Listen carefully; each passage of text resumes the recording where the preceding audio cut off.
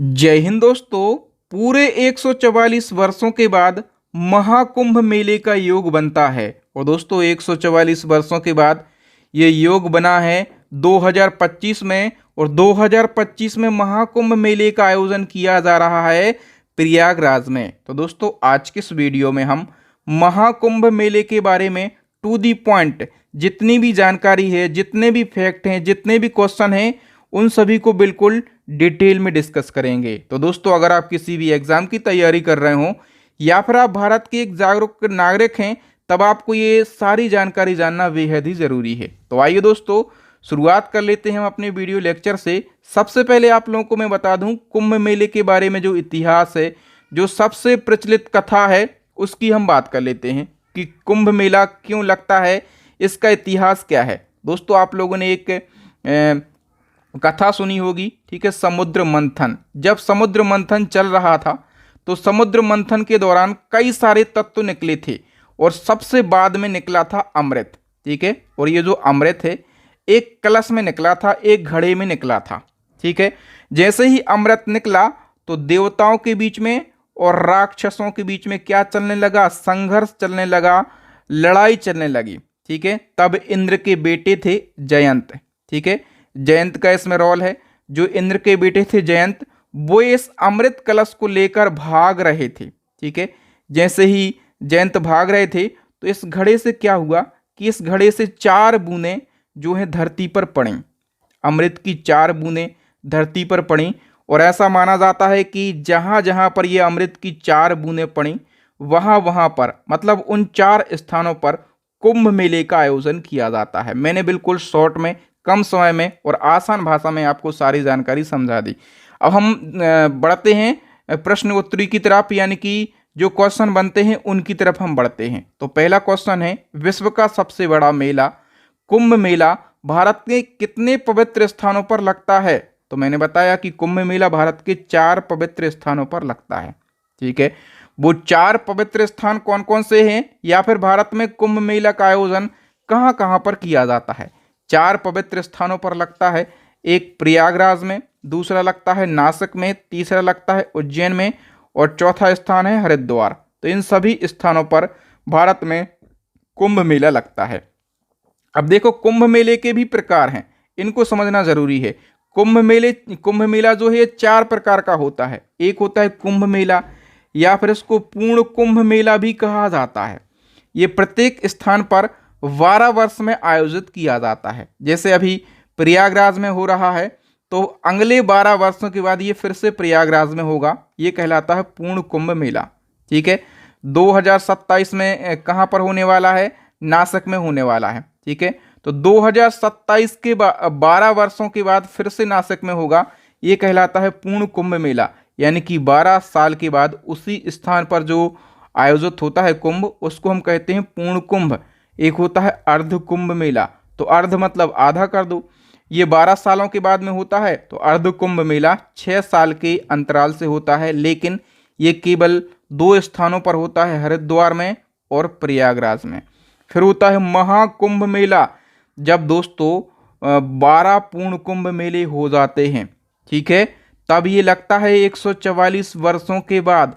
और दोस्तों 144 वर्षों के बाद ये केवल प्रयागराज में लगता है। जैसे अभी जो आयोजन हो रहा है 2025 में, ये महाकुंभ मेला है, ठीक है। फिर एक होता है माघ कुंभ मेला, ये प्रयागराज में होता है जनवरी फरवरी में, और ये हर साल आयोजित होता है। तो कुंभ मेले की ये 4 प्रकार मैंने बिल्कुल आसान भाषा में आपको समझाए हैं। मुझे उम्मीद है कि आपको ये चारों प्रकार समझ में आ गए होंगे। अब बताओ कि जो प्रयागराज में कुंभ मेला है ये किन नदियों के संगम पर होता है। तो दोस्तों प्रयागराज में गंगा, यमुना और सरस्वती नदियों के संगम पर कुंभ मेला लगता है, ठीक है। मध्य प्रदेश का जो उज्जैन है, महाकाल नगरी, यहाँ पर भी कुंभ मेला लगता है। किस नदी के किनारे, तो क्षिप्रा नदी के किनारे लगता है उज्जैन में कुंभ मेला। थोड़ी सी और डिटेल को हम जान लेते हैं। देखो जो कुंभ मेला है, मैंने बताया कि 4 शहरों में लगता है। किन किन नदियों के किनारे, यहाँ से क्वेश्चन बन जाते हैं, ये आपको जानना जरूरी है। तो हरिद्वार में लगता है गंगा नदी के किनारे, उज्जैन में लगता है क्षिप्रा नदी के किनारे, नासिक में लगता है गोदावरी नदी के किनारे, और प्रयागराज में त्रिवेणी संगम यानी कि गंगा, यमुना और सरस्वती नदियों के तट पर ये मेला लगता है। ये मेला अक्सर मकर संक्रांति के दिन ही शुरू होता है और कुंभ मेला जो है 12 साल में जो है 3 साल के अंतराल पर 4 स्थानों पर आयोजित किया जाता है। ठीक है, और जो पूर्ण कुंभ है ये 12 वर्ष पर और अर्ध कुंभ 6 वर्ष के अंतराल पर होता है। ठीक है, और अर्ध कुंभ प्रयागराज और हरिद्वार में ही आयोजित किया जाता है। तो ये सारी जानकारी मैंने आपको बता दी। अब हम दोस्तों आपको एक जानकारी देना चाहते हैं, एक अपडेट देना चाहते हैं अपनी ई बुक के बारे में।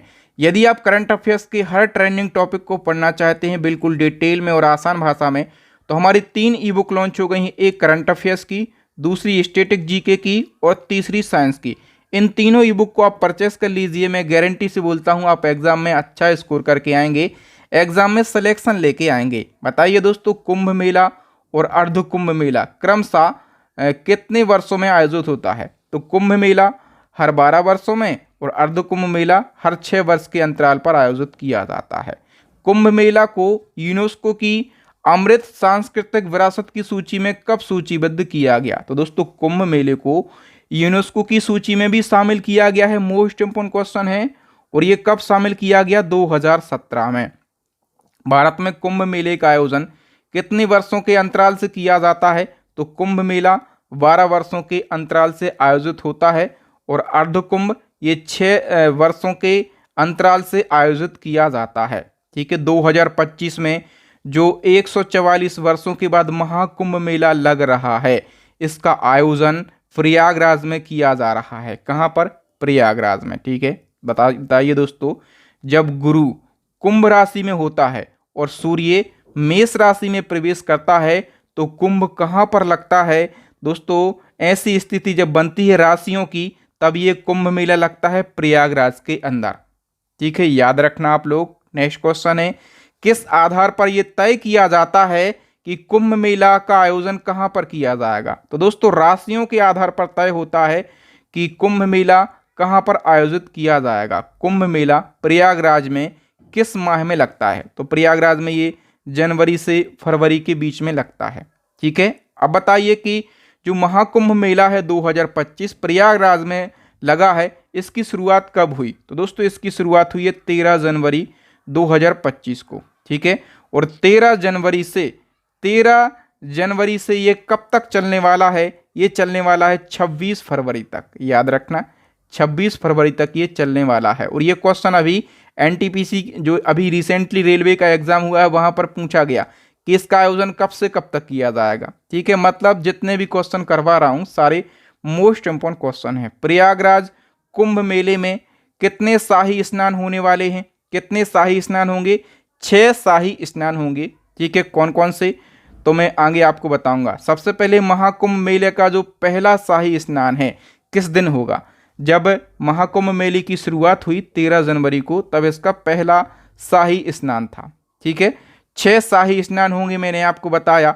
जो पहला शाही स्नान है ये 13 जनवरी को पौष पूर्णिमा के दिन, दूसरा 14 जनवरी को मकर संक्रांति के दिन, तीसरा 29 जनवरी को मौनी अमावस्या के दिन, जो चौथा है 2 फरवरी को बसंत पंचमी के दिन, पांचवा 12 फरवरी को माघ पूर्णिमा के दिन, और जो छठा और अंतिम है जब मेले का अंतिम दिन होगा 26 फरवरी को महाशिवरात्रि पर इसका छठा शाही स्नान होगा।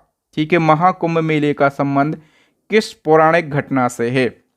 तो इसका संबंध है समुद्र मंथन से, और मैंने आपको बता दिया समुद्र मंथन के दौरान जब राक्षसों के और देवताओं के बीच में संघर्ष हुआ, तब इंद्र के बेटे जयंत जो अमृत कलश से उसको लेकर भाग रहे थे, तो अमृत की 4 बूंदें पृथ्वी के 4 स्थानों पर पड़ी और उन्हीं 4 स्थानों पर कुंभ मेले का आयोजन किया जाता है।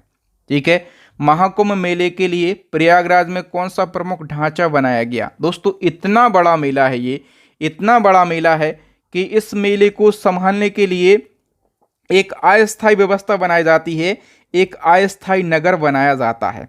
ठीक है, याद रखना अस्थायी नगर जो है महाकुंभ मेला मतलब एक नगर बनाया गया है महाकुंभ मेला नाम से। ठीक है, और उसको उत्तर प्रदेश का 76वां जिला भी घोषित किया गया है, लेकिन अस्थायी रूप से केवल कुछ समय के लिए। नेक्स्ट, महाकुंभ मेला 2025 का मुख्य आयोजक कौन सा है? मतलब मेले का आयोजन किसके द्वारा किया जा रहा है? तो इसका मुख्य आयोजक है उत्तर प्रदेश सरकार। ठीक, जो कुंभ है इसका शाब्दिक अर्थ क्या होता है? तो देखो, जो कलश मिला था अमृत का, ठीक है, तो उसी के नाम पर इसका नाम पड़ा है कुंभ। ठीक है, याद रखना, कलश या फिर घड़ा, इसका शाब्दिक अर्थ होता है। नेक्स्ट, ऐसा कौन सा मेला है जिसको अंतरिक्ष से भी देखा जा सकता है? तो दोस्तों मैंने बताया कि सबसे बड़ा मेला है ये, इसको अंतरिक्ष से भी देखा जा सकता है। और ये जो क्वेश्चन है ये क्वेश्चन रिपीट हुआ है। ठीक है, मतलब ये क्वेश्चन पूछा गया था एक बार एग्जाम में। महाकुंभ मेले का वर्णन किस ग्रंथ में है? तो दोस्तों स्कंद पुराण में महाकुंभ मेले का वर्णन देखने के लिए मिलता है। महाकुंभ मेला किस धर्म से संबंधित है? तो ये तो हिंदू धर्म से संबंधित है। महाकुंभ मेले में सबसे महत्वपूर्ण अनुष्ठान कौन सा है? सबसे महत्वपूर्ण अनुष्ठान जो है वो है स्नान करना वहां पर। नेक्स्ट, महाकुंभ मेला 2025 में कितने करोड़ लोगों के आने की संभावना है? तो लगभग 40 से 45 करोड़ लोग आने की संभावना है और इतने ही लोगों की व्यवस्था वहां पर सरकार के द्वारा बनाई गई है। आगामी जो कुंभ मेला है 2027 में, ये कहाँ पर लगेगा? तो ये नासिक के अंदर लगने वाला है। महाकुंभ मेले की जो परंपरा है किस युग से शुरू हुई? तो इसकी जो परंपरा है लगभग द्वापर युग से मानी जाती है। महाकुंभ मेले में सुरक्षा व्यवस्था की जवाबदेही किसकी है? तो सुरक्षा व्यवस्था की जो जवाबदेही है भारतीय सेना भी वहाँ पर मतलब तैनात की गई है। पुलिस और अर्धसैनिक बल भी तैनात किए गए हैं। मतलब ये जो जवाबदेही है केंद्र सरकार की भी है और उत्तर प्रदेश सरकार की भी ये जवाबदेही है। ठीक है, तो डी ऑप्शन करेक्ट आंसर हो जाएगा। निम्नलिखित में से किस मेले को आदिवासियों का महाकुंभ कहा जाता है? तो आदिवासियों का महाकुंभ कहा जाता है दोस्तों मेडरम यात्रा मेला के लिए। और ये जो मेडरम यात्रा मेला है ये दक्षिण भारत का प्रमुख मेला है और इसका आयोजन मतलब किस राज्य में ये लगता है? तेलंगाना राज्य में लगता है। ठीक है, और इसको आदिवासियों का महाकुंभ कहा जाता है। नेक्स्ट क्वेश्चन है, उत्तर प्रदेश का 76वां अस्थायी जिला किसे घोषित किया गया? तो देखो दोस्तों, महाकुंभ मेले का आयोजन चल रहा है। ठीक है, तो महाकुंभ मेले के नाम से ही उत्तर प्रदेश का 76वां अस्थायी जिला बनाया गया है। ठीक है, कुछ समय के लिए, और 4 तहसीलों और 67 गांव इस जिले में शामिल किए गए हैं और कुछ समय के बाद इस जिले को भंग कर दिया जाएगा। समझ गए आप लोग? तो दोस्तों यहाँ पर महाकुंभ मेले से, कुंभ मेले से जितने भी क्वेश्चन बन सकते थे उन सभी को डिस्कस किया। मुझे उम्मीद है कि आपको कंटेंट की क्वालिटी, आपके बहादुर सर के पढ़ाने का तरीका अच्छा लगा होगा। यदि अच्छा लगा है तो वीडियो को लाइक कीजिए और इन 3 ई बुक को आप जरूर परचेस कर लेना। इन सभी ई बुक में बेस्ट क्वालिटी के कंटेंट को रखा गया है। एक क्वेश्चन का आंसर देके जाना है कि कुंभ मेले को यूनेस्को की सूची में कब शामिल किया गया? ठीक है, 4 ऑप्शन दिए गए हैं।